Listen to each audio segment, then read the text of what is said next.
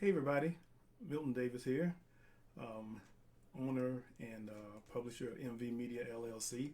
Uh, Wanted to come to you guys tonight and have a little discussion about Sword and Soul. This is Sword and Soul month for MV Media, which means we're featuring all our Sword and Soul titles and highlighting them during the month. And I felt like the best way to start out this month would be to have a discussion about Sword and Soul, talk about its origins, talk about its evolution, its past, its present, and its future. You can't talk about Sword and Soul unless you start with Charles Saunders. Charles is the originator of Sword and Soul. He is the spirit behind the subgenre and the movement, if you want to call it that. Unfortunately, we lost Charles over a year ago in May. It was a sad event, being a personal friend of his. And um, but one of the good things about I'll say it's not really anything good about it, but one of the things that I was happy to see was that he was able to see a resurgence of Sword and Soul and African fantasy, and see it taking root beyond what he had encountered during his time as a Sword and Soul and a fantasy author. So let's talk a little bit about it. I hope some of you have had a chance to see the blog that I posted, the Sword and Soul Primer. It's actually a blog that I wrote 2 years ago in 2019, and kind of gives you an overview of Sword and Soul and of Charles's work. Tonight, I just kind of want to talk about that in a little bit more detail from my perspective and from my experience, from my working with Charles and some of the things we were able to do together, and what I'm seeing as far as I guess say Sword and Soul in the future, and what's going on and what we hope will continue to go on as we move forward. So let's talk about Sword and Soul. I give a definition. I got my cheat sheet with me here. So I wrote a definition for Sword and Soul in the blog, which I'll read from the blog, which basically says that. Let me find it. Give me a minute. Give me a minute. It basically says Sword and Soul is sword and sorcery, an epic fantasy based on African history, culture, and traditions. I guess I would probably add to that definition based on pre-colonial African history, culture, and traditions. It draws its energy, it draws its details, it draws its vibrancy from that time period. To start talking about Sword and Soul specifically, you have to start talking about Charles Saunders and what led Charles to create Imaro, who was the first black sword and sorcery character. Charles was a big fan of Conan, and as he read the novels by Robert E. Howard, while he enjoyed them, he also saw how black people were being portrayed in the books, or I could say not being represented as well. And from that incentive, he came the ideal of that he would create a character that would be a black sword and sorcery character, and in his own words, be a character that could kick Tarzan's ass. And that was the birth of Imaro. I have a This is going to be kind of a show and tell too, because I've got some really cool stuff that people have sent me over the years pertaining to Imaro. Back when Charles first started writing Imaro stories, he was getting published in the small press, a lot of sword and sorcery magazines that were out at the time. And just to give you an example of take you guys back in time a little bit. These were actual magazines that people paid money for. This is one magazine called the New Fantasy Journal, and this was a magazine. As you can see, the cover art was art, and and the print inside was actually typed print. People were actually making these magazines with typewriters and compiling them together, and and making books out of them. This particular magazine had a number of stories in here, and the story that it had by Charles was called "The Bite of Benin." One of the things that was interesting back in the day when Charles first started publishing Imaro, and this is something significant to bring up because it has something to do with when Amaro was finally released as a novel, was that this was during the late 60s and the early 70s. So Amaro was portrayed as you would see a black person being portrayed during that time period. He was portrayed as a muscular man with a big afro because that was what was going on in the day, you know. And so, and actually back in the day, Charles sported a pretty big afro himself, and so that kind of reflected on the on what how you saw Amaro. I'm looking in this other mag. This is another magazine that Charles was published in. It's called Windhaven 2. And again, this is another magazine from that early time period when Charles was writing Amaro stories. The story in this particular magazine, let me find it out, was called The Singing Drum. And it was written by Charles R. Saunders. I think this is the one. Let me see. Um, let's see. No, this is not the one that has a picture of Amaro. And I have one more magazine to show you guys that Charles had published his stories in. And this is actually another Windhaven magazine. This particular one, you can see the the cover art here. But yeah, that was what was going on at the time. These were the magazines that Charles was being published in. Eventually, Charles got notice of the of publishing companies, and they decided to publish Amaro. I'm looking for the story that he has in this particular magazine because there's a bunch of small short stories in here. And let's see, and there's some noted authors in here as well. You've got Anne McCafferty in here. You've got what else can I see here? Joe Haldeman has a story in here. So if you're really familiar with science fiction, a lot of these names will be familiar to familiar to you as people who were being published in the magazines and back in the day. The problem that Charles ran into when he was publishing Amaro, when Amaro was published initially, was that the publishing company decided to bring Amaro out and compare him to Tarzan. Now, the Tarzan estate reacted to that and did not want it to be included in the description of the book, so that delayed the release of the book.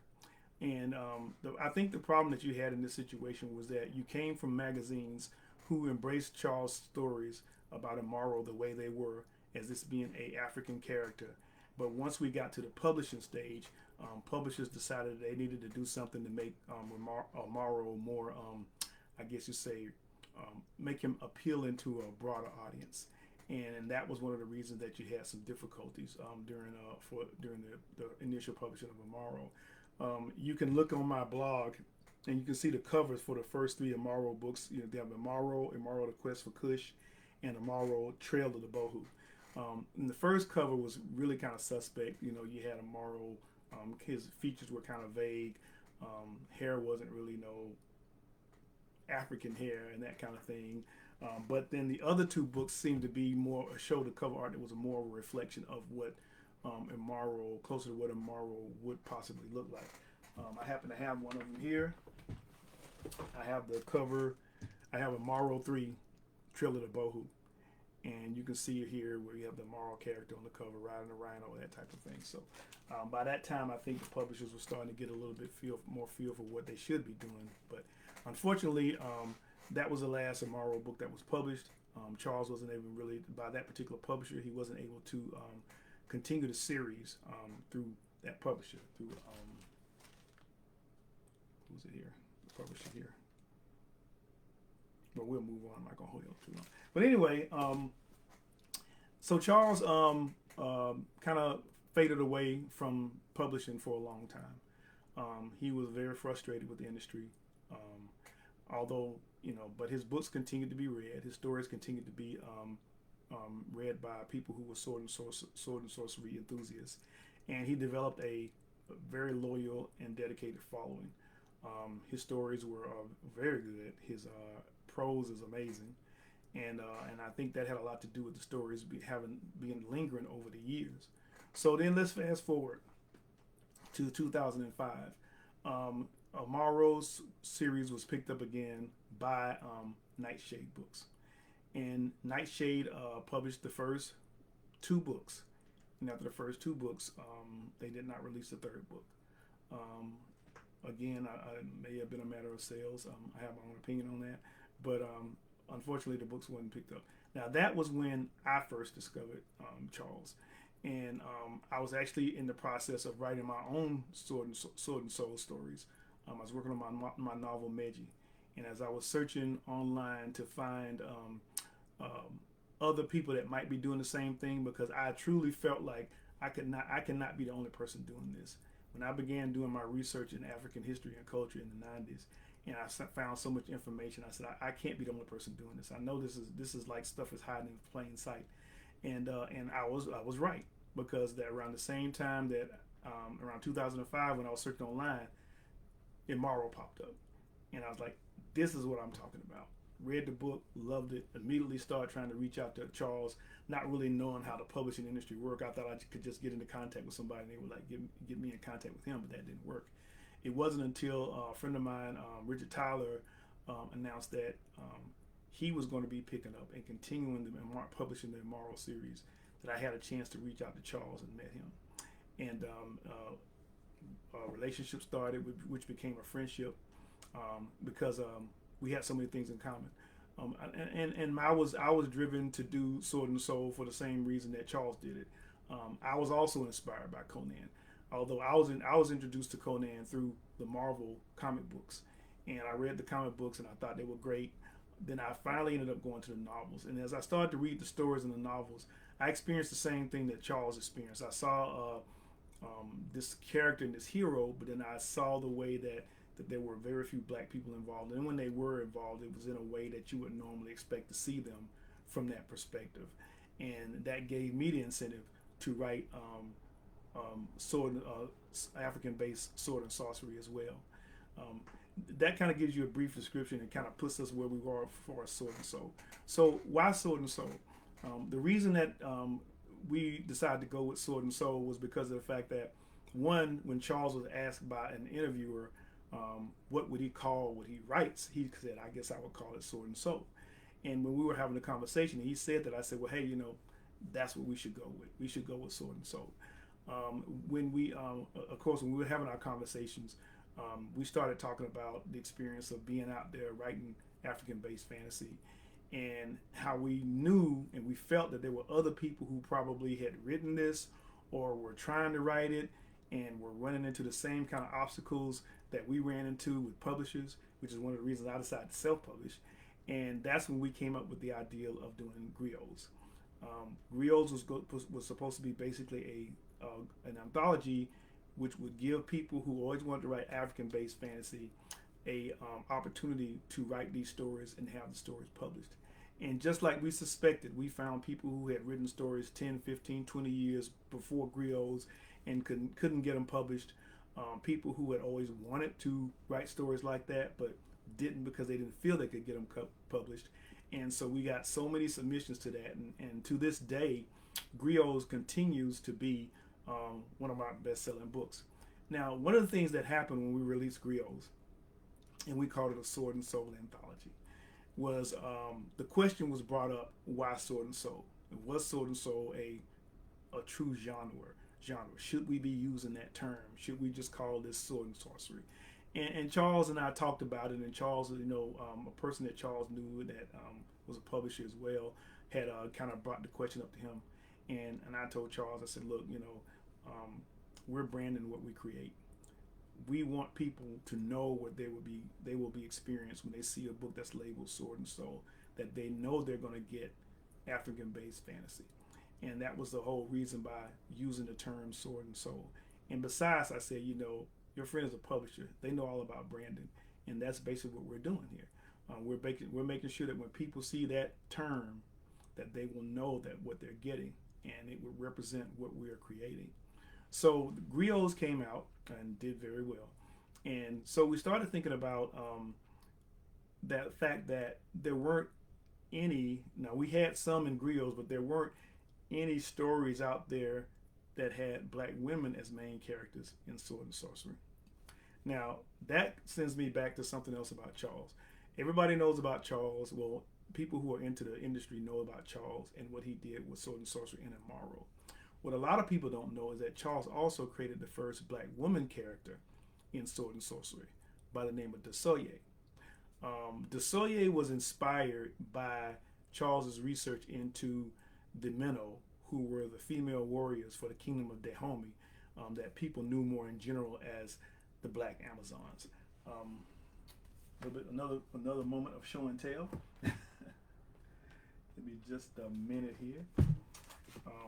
The interesting thing was that it was inspired by that same resource, and it was because I read this particular book called Amazons of Black Sparta, and that was my first encounter with the Minnow of Dahomey. And when I read the book, I said, man, this would be a great subject to create a story about. And little did I know that Charles had already done that. Matter of fact, he had been asked to write a story by I can't remember the publisher, but she was releasing a book called Amazons, which was basically a collection of short stories with women sword and sorcery main characters. And she asked Charles, could he write a story? And that's why Charles created Desoye. If I had been paying attention, I would have realized that I had already read a Desoye story. And I actually read that story in this book, Dark Matter, which was edited by, and see here my name slipping out of my head, by Cherie Thomas. This is a ground-breaking book when it comes to black speculative fiction. This was the first time somebody actually gathered a group of black speculative fiction writers together and put their stories into one volume. Charles' story in this was called Gimli's Song, which was actually a Desoye story. And I remember when I read this book that particular story stood out. But for some odd reason, I didn't follow up at the time. I just read the story and said, hey, this is a great story, and I kept moving. If you're not familiar with Desoye, Desoye is basically, like I said, she's a warrior in a kingdom that is similar to Dahomey. And in this particular situation, she has a war bull called Gabo. And Charles wrote a series of stories about Dahomey, about Desoye over the years. And those stories were finally collected and published in a volume by Richard Tyler under Sword and Soul Media. That's the company that he formed to work with Charles about his and to continue his legacy and his work. Now, Charles actually wrote another book about Desoye, and get it up here. And this is called Desoye, The Dancers of Mulakal. And this is actually a full-length novel, cover art by Mashindo Kumba. Stopping on cover art for a minute. One of the things that had been troubling Charles throughout his career was that he had never really been able to work with an artist that he felt like really displayed or expressed the image of Immoral the way that he saw him, until he started working with Richard Tyler and Mashindo Kumba. He was very happy with Mashindo's work. I have some of the novels that were re-released by Richard, also aka Uraeus. This is one, Immoral, The Trail of Bohu. And you remember I just showed you that particular book. This was the original cover of Trail of Bohu. And this was the cover done by Mashindo. I also have Immoral, The Nama War, which is another cover done by Mashindo Kumba. And these were the covers that Charles was really happy with, that really to him expressed Immoral the way that he saw Immoral. And going back, I'm rambling a little bit because as I talk about some things, I go back to other things. But again, Desoye was a character that he created, black woman's sword and sorcery character, and so that was part of his legacy as well. It's actually a part of his legacy that a lot of people aren't familiar with. If you have the opportunity to check out the Desoye books, please do. They're on the same level as Immoral, and you will enjoy the stories just as much. Another thing, when we talk about Immoral, talk about Charles's work, is when you read the Immoral books up to the fourth book, you can see an evolution in his work. The earlier work was very reflective of the sword and sorcery of the times. It had that, you know, Conan type feel to it. You could see the Robert E. Howard influence on his work. But as he began to write more and more stories about Imaro, you start to see where his voice starts to coalesce and he starts to come into his own. And me personally, I say by the fourth book, by the Nama War, you are basically seeing Charles as the sword and sorcery fantasy master that he is. The storyline is, to me, is a much more fuller storyline. Imaro is more of a fully developed character, and you get to see what's going on in his mind as far as a character and how he grows and develops and goes through these trials and tribulations, which give you an emotional attachment to him as far as his storyline. So let's expand our talk about Sword and Soul. So we talked a little bit about Sword and Soul, the beginnings with Charles Saunders, and we talked a little bit about how we came together to start working on Sword and Soul, other Sword and Soul books, and like I said, that continued with Griot's Sisters of the Spear, um, the book that I first let out, first released. My first contribution to Sword and Soul was Meji, and I had the privilege of, after I finished writing this book, that Charles actually read the manuscript and gave me, I guess, that validation that all authors seek to give them an idea that their work is worth reading, and so that was my first contribution to it. So again, like going back to what Sword and Soul is, and African history and culture, pre-colonial African history and culture, being the roots of that. When you look at Africa, you look at a continent as vast as Africa. You have so many different areas of influence that you can look at and focus on to create your stories. If you take a look at Charles's Imaro, Imaro's people are called the Iliasai, which reminded me of the Maasai, the way the word was spelled.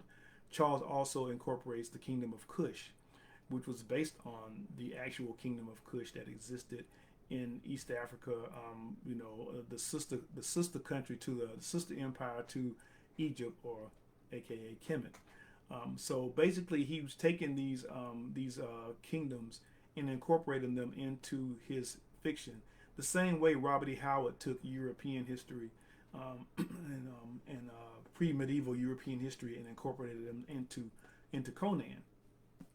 From my point of view, when I first wrote Meji, I wanted to show the diversity of the African continent. I also wanted to write an origin story. When you study different African cultures, you find that most of them have a origin story that talks about how their people came to be, how their people were created.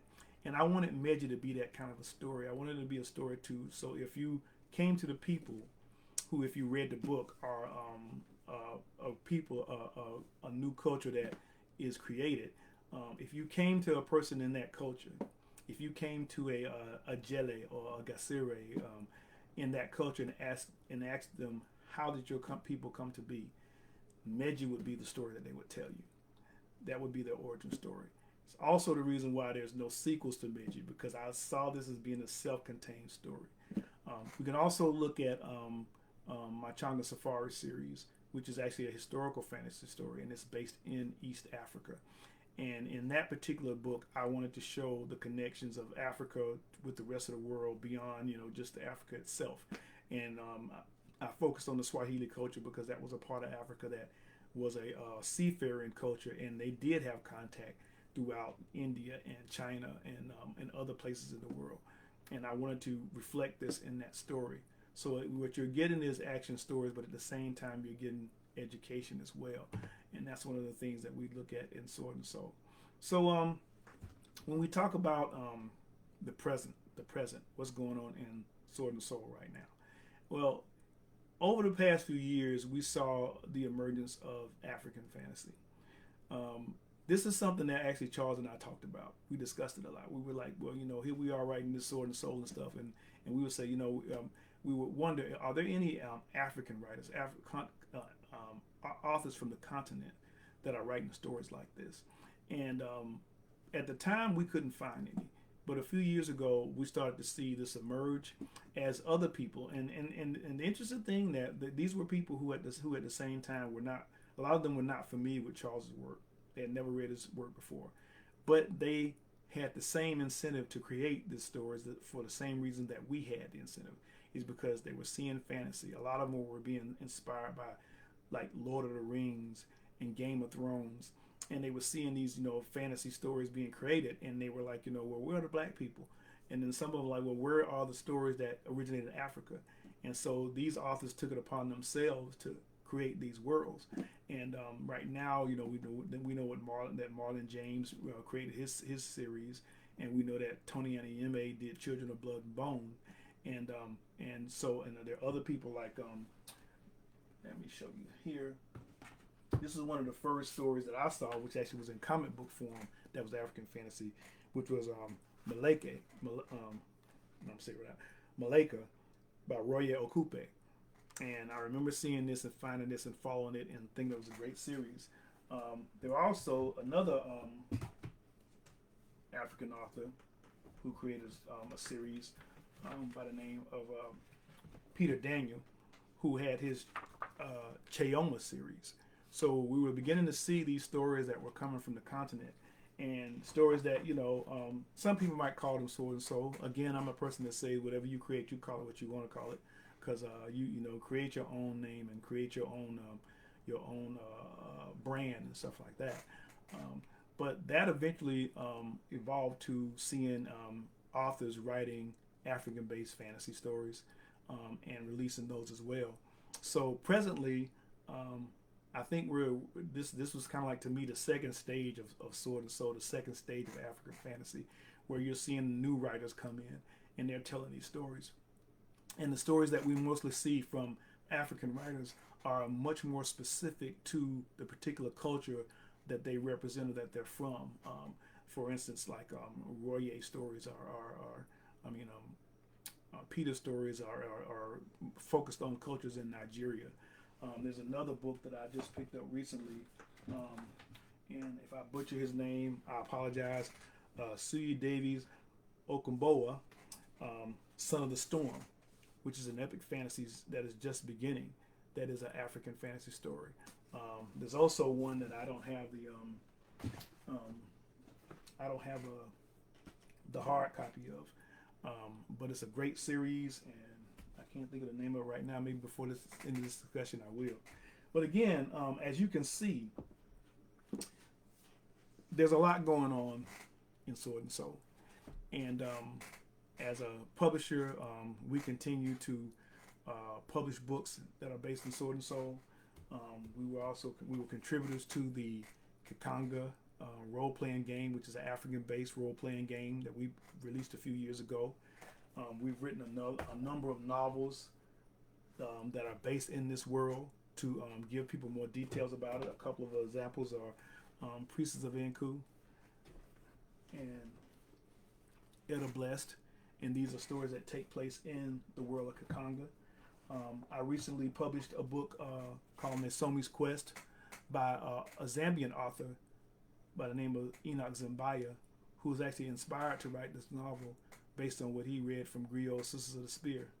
I also have a novel that I published by Sarah Macklin. I think I have her story, hers listed there. Excuse me. I misplaced my phone now. But also her novel, which is Sarah's gonna kill me because I don't remember her name of her novel.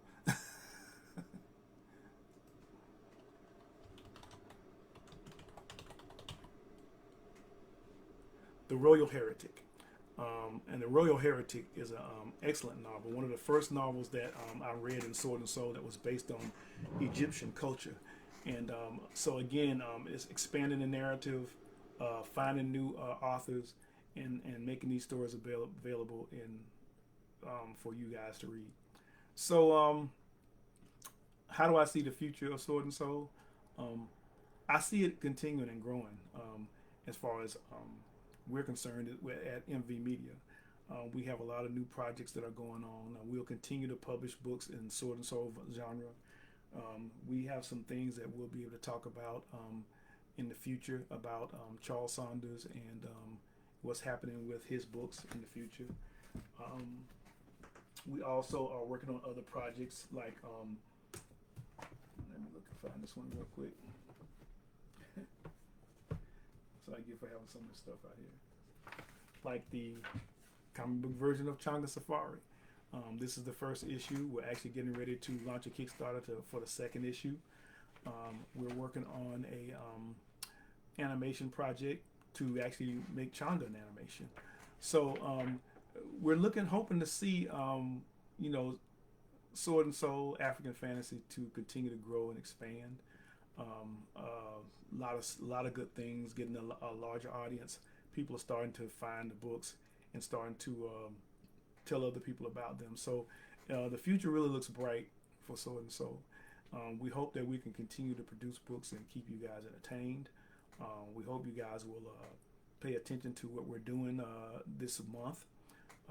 Introducing you to some new titles, reintroducing you to some old titles, and hoping that you will continue to tell your friends and everybody you know about Sword and Soul. So I'm going to stop for a few minutes. I know I have a few people that are watching, and see if anybody has any questions. I know there's a 5-minute delay on things, so I'm going to be quiet for a minute and drink a little bit of water and see if anybody has any questions.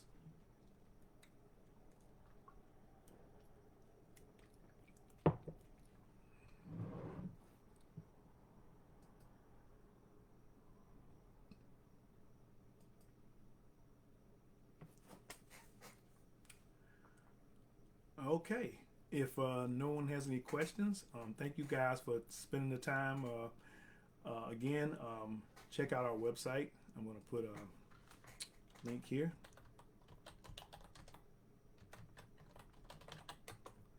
Again, we're having a Sword and Soul special this entire month.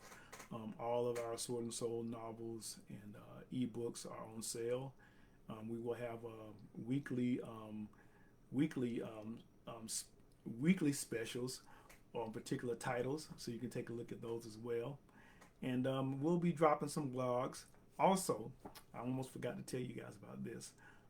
We will be posting up a panel later this month about Sword and Soul and African fantasy. We have a group of authors from around the diaspora that we will be discussing Sword and Soul, discussing their experiences, talking about the similarities and the differences between Sword and Soul and African fantasy, and some other good stuff. I hope you guys will get a chance to see that video when we release it. And that's it. You guys have a great day, and as Charles and I used to always say, Sword and Soul forever. See ya.